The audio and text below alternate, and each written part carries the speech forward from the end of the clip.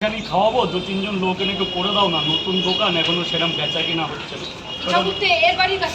হ্যাঁ, এবার আমি কাউকে না, দেখো অনেক সময় তো অনেক ঘনিষ্ঠ লোক থাকে না, অনেক সময় টাকা চাওয়া যায় না। না বিরিয়ানি, মাটন বিরিয়ানি টানি খাওয়াবে, এবার বলবো আসা যাওয়ার খরচাটা যদি দেয়।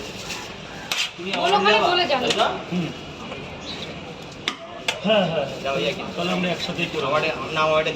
তোমার বাড়ি এখন যাবো না, তোমার বাড়ি যাবো দুর্গাপুজোর সময়, যখন গেলে খেতে পাবো। আরে আমি এমনি তো খাওয়াবো, আর একটা জল তো খাওয়াতে পারবো। হ্যাঁ লোকন্দা না, না যা বলেছো ওই রাত্রেবেলা। এই জায়গাটা থেকে দাদা একটু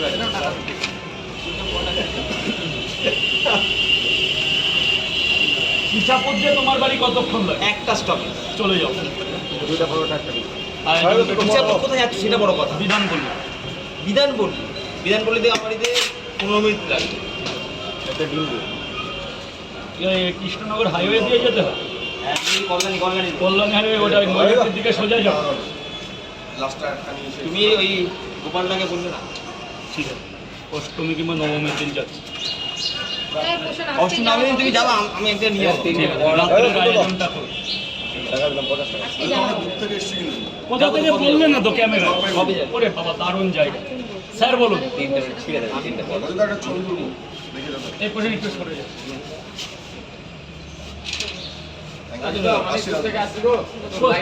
এই তো চলছে স্যার, চলছে স্যার, প্লিজ স্যার। একটা পেঁয়াজ দিই। খেয়েছো বাবা, খেয়েছো? ঠিক আছে, আমাকে নেবে না? তোমার কাছেই তো আসলো প্রথমে। চলো। ও বাবা, তুমি বাপ বয়সী লোক বলে 10 টাকা কম রাখলাম।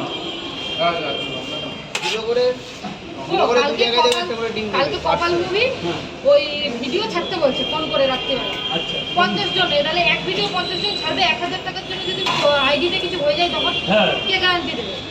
তুমি ছাড়ো। দারুণ জায়গা, পরে কথা বলছে, আবার অনেক কথা আছে, বলুন। দুটো করে দু জায়গায় দেবে। হ্যাঁ, আসলে কি বলতে পারবে? 50 জন একই ভিডিও পার্সেল হবে। এই যে মেট্রোর সামনে যে এটা কিন্তু কপিরাইট পড়বে না। বলেছে এটা কপিরাইট পড়বে না, কারণ এর যে প্রযোজক, ওনার নাম হলো ইলে ঘোষ। ওই আমি বলছি তোমাকে, একটা করে ডিম দেবে। উনি হলো দিল্লি থেকে মার্কেটে এসেছে বাংলায় কিছু করার জন্য। ওনার নাম হলো শুভেন্দু ঘোষ, যে পরিচালিত। উনি বলে দিয়েছে যে বাংলায় যত বোলাগার আছে ওনার সাথে কন্ট্যাক্ট হয়েছে। আমাদের হচ্ছে গ্রামের দাদা সন্দীপ না, প্রথম সন্দীপ হচ্ছে ওর লোক।